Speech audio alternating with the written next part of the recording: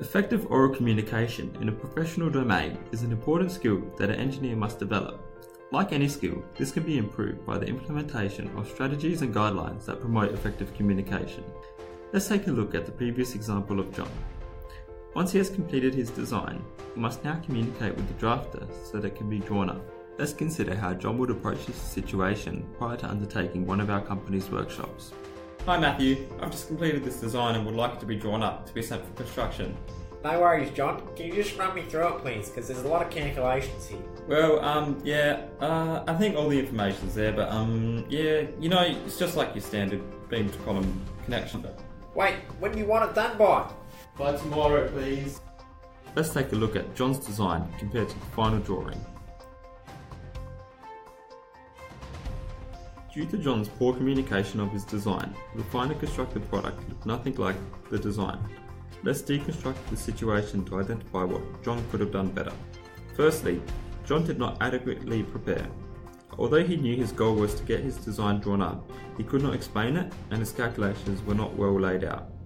Prior to the meeting, he should have reviewed his calculations and drawn up a summary page with the final design with all the required dimensions the drafter needs. Secondly, due to John's lack of preparation, during his interaction with Matthew, he was not clear, concise, or coherent in his delivery of the required information. Lastly, as John did not follow up with Matthew, he could not identify the issue that had arose from his poor communication. Now let's consider a scenario where John has undertaken one of our workshops and knows that prior to the meeting with Matthew, he must allocate time to review his work to allow him to be clear, concise, and coherent in his communication. Hi Matthew, I've just completed this design and would like it to be drawn up to be sent for construction. No worries, John. Can you just run me through it, please? Okay, the design is of a beam to column connection comprised of a 20mm thick mild steel plate with 4 bolts into the beam and a 6mm fillet weld to the column. The required dimensions are in the summary page of the calculations. Alright, that sounds relatively straightforward. When do you want it done by?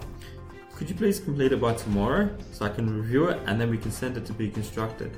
Also, if you have any questions regarding the design, please feel free to contact me for any clarification. Too easy.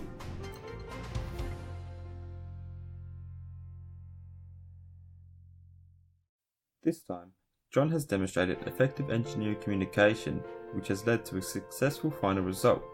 By checking his calculations, he was confident that what he was presenting was ready to be drafted.